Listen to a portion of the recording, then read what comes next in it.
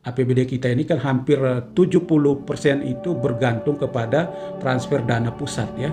Jangan sampai setelah mekarkan lalu kita tidak mampu berdiri sendiri, tidak mampu memanfaatkan potensi alam kita untuk mendapatkan pendapatan baru, lalu pada akhirnya kita menjadi beban APBN.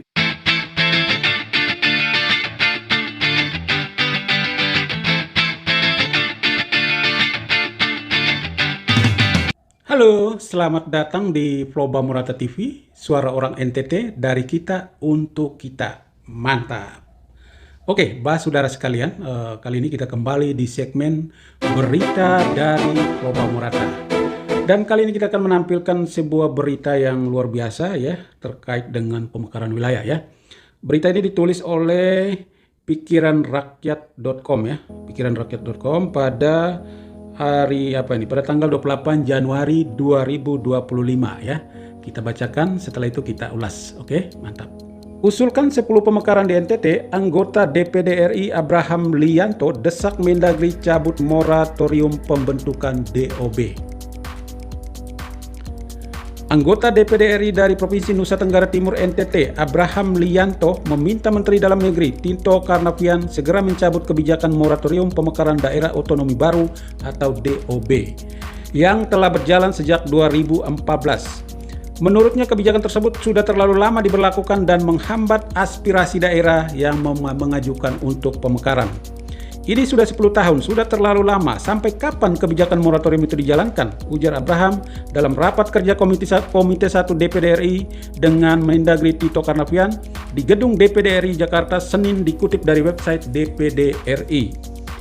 Abraham menilai pemekaran wilayah adalah kebutuhan yang tak terhindarkan seiring dengan pertumbuhan penduduk dan meningkatnya kebutuhan fasilitas untuk mendukung pembangunan daerah. Dalam rapat tersebut, Abraham menekankan bahwa stigma negatif terkait pemekaran wilayah seperti pandangan bahwa pemekaran hanya menciptakan beban keuangan negara tidak boleh menjadi penghambat. Ia mencontohkan beberapa DOB yang berhasil berkembang dan memberikan kontribusi positif bagi kesejahteraan masyarakat. Dalam kesempatan tersebut, Abraham mendorong agar 10 usulan pemekaran wilayah di NTT segera diproses setelah moratorium dicabut. Ke-10 usulan tersebut adalah calon Kabupaten Adonara dari Flores Timur, Pantar dari Kabupaten Alor, Amfuang dari Kabupaten Kupang, Amanatun dari Kabupaten Timur Tengah Selatan, Manggarai Barat Daya dari Kabupaten Manggarai Barat, dan Kota Maumere dari Kabupaten Sika. Selain itu ada 4 usulan dari Sumba Timur, yakni Pahunggalodu, Sumba Selatan, Sumba Timur Jaya, dan Malolo. Menurut Abraham, seluruh dokumen terkait dengan usulan pemekaran ini telah lengkap dan diserahkan kepada Kementerian Dalam Negeri, Kemendagri.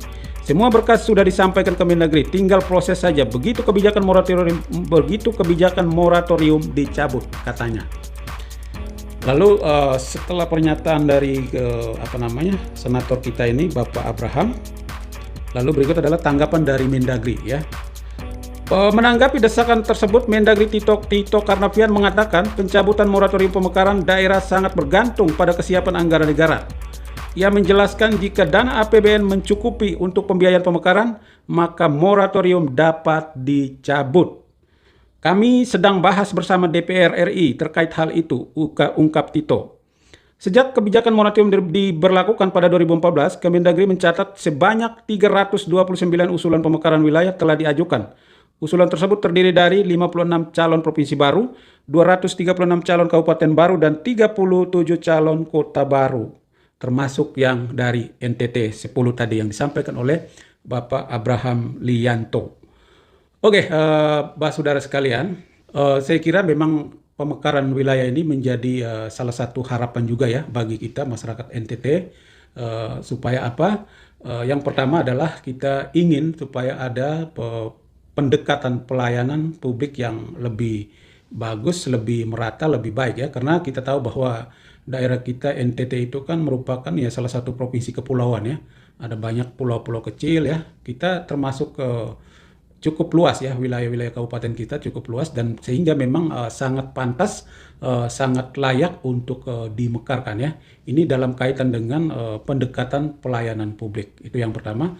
Terus yang kedua adalah memang salah satu hal yang menjadi kendala bagi kita NTT ya, sesuai dengan apa yang dikatakan oleh Menteri Dalam Negeri itu, bahwa ya ini semua tergantung kekuatan APBN kita ya. Kalau misalnya APBN kita cukup, maka kemungkinan besar keran ini akan dibuka dan 10 usulan kita dari NTT itu akan terkabulkan.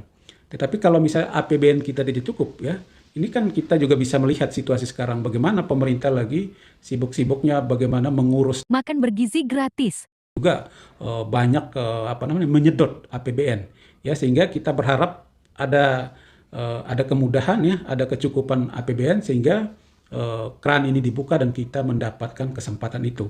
Karena kalau bicara soal anggaran, bicara soal APBD sebenarnya kita NTT ini kan masih sangat minim juga ya.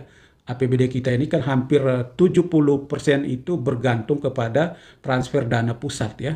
Sedangkan PAD kita atau pendapatan asli daerah kita itu kan masih sangat minim. Kita belum mampu memanfaatkan potensi-potensi kita untuk dapat menghasilkan pendapatan-pendapatan baru bagi daerah. Jadi ini mungkin menjadi tantangan juga buat kita ya.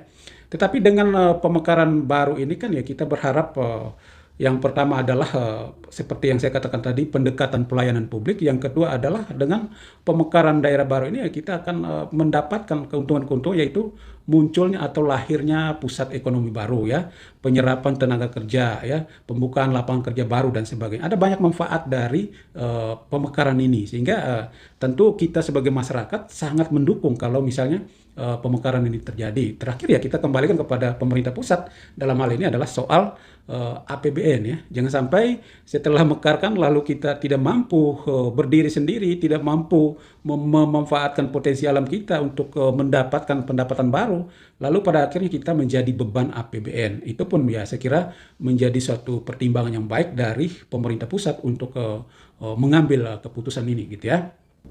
Sebenarnya dengan kemajuan teknologi ya, perkembangan teknologi yang semakin meningkat ini, saya kira NTT itu sebenarnya punya potensi besar ya ke depan untuk menjadi daerah yang maju ya. Dengan ya yang pertama seperti optimalisasi pariwisata ya yang sudah dilakukan oleh pemerintah pusat sekarang ya, katakanlah Labuan Bajo. Saya kira ya Labuan Bajo ini akan berdampak kepada seluruh pariwisata di NTT gitu ya. Jadi ini memang membutuhkan kreativitas lebih dari para pemangku kepentingan di masing-masing daerah, masing-masing kabupaten kota ya. Jadi pemerintah pusat sudah memberikan stimulus ya, tinggal sekarang adalah bagaimana daerah mengembangkan diri, memanfaatkan potensi itu.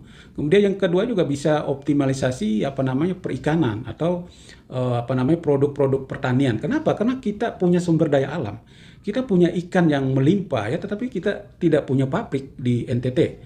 Baik secara provinsi ataupun secara kabupaten kota ya kita tidak punya ya. Jadi ikan-ikan kita ya hanya untuk kepentingan domestik dan kita tidak bisa menghasilkan suatu nilai lebih ya untuk bisa jual keluar dan sebagainya. Ya. Kemudian yang berikut adalah sektor pertanian juga. Memang NTT ini perlu ada pabrik-pabrik yang bisa ya, menghasilkan bahan jadi yang bersumber dari produk pertanian dari NTT. Dan ini saya kira dalam kampanye-kampanye atau dalam diskusi-diskusi publik yang dilakukan oleh para pemimpin kita yang sekarang dalam tanda kutip sudah terpilih, tinggal dilantik ya, baik gubernur maupun bupati wali kota, saya kira semuanya sudah ada dalam pembicaraan mereka. Tinggal sekarang adalah kita menunggu bagaimana mereka mengeksekusi gitu ya. Nah, kalau misalnya ini yang dilakukan, maka ya saya kira pemekaran ini ke depan akan menjadi sesuatu yang baik bagi NTT ya. Kita akan bertumbuh, berkembang menjadi daerah yang mampu bersaing secara nasional ya. Jadi jangan sampai kita tertinggal terus, kita selalu masuk dalam kategori daerah dengan PAD terendah, daerah dengan macam-macam lah yang negatif lah, daerah dengan korupsi tertinggi, daerah dengan tingkat stunting tertinggi dan sebagainya. Tapi cobalah ke depan kita harus mampu bersaingnya, minimal kita berada di tingkat yang paling atas dengan prestasi yang memadai, kira-kira begitu ya. Itu harapan kita masyarakat NTT. Jadi kita sangat menyambut baik apa yang diperjuangkan oleh senator kita Bapak Abraham Lianto. Kita berharap supaya semuanya itu didukung serius di Senayan nanti dibicarakan bersama anggota DPR kita khususnya yang dari NTT. Semoga ini serius diperjuangkan sehingga keran ini dibuka dan peluang yang baik sekali bagi NTT untuk mendapatkan 10 daerah otonomi baru ya. Ini adalah satu hal yang baik buat kita masyarakat NTT. Ya, jadi yang berikut sebuah catatan kritis juga adalah bahwa pemekaran ini harus kita sambut sebagai suatu langkah atau cara untuk membawa atau meningkatkan kesejahteraan masyarakat NTT ya secara umum gitu ya. Jangan sampai pemekaran ini dimaknai hanya sebagai ajang untuk orang berbagi kekuasaan ya. Dalam hal ini adalah mereka-mereka yang bertarung untuk mendapatkan atau merebut kepemimpinan di level katakanlah kabupaten, kota dan sebagainya. Jangan sampai pemekaran ini, semangat untuk mendukung pemekaran ini hanya orientasinya pada pembagian kekuasaan. Tetapi saya kira harus lebih dari itu. Pemekaran ini kita harus terima sebagai langkah untuk membawa kesejahteraan bagi seluruh masyarakat NTT. Kalau soal bagi-bagi kekuasaan, maka yang menikmati itu hanya beberapa orang. Bupati satu orang dan beberapa yang lain, DPR segala macam itu hanya segelintir orang. Sementara bagaimana dengan masyarakat pada umumnya yang ribuan, ratusan, puluhan ribu, bahkan ratusan ribu, ya mereka harus mendapatkan manfaat dari pemekaran ini. Sehingga ya saya kira sekali lagi pemekaran ini kita harus sambut baik untuk membawa kesejahteraan bagi masyarakat NTT. Mantap, salam Roba Merata.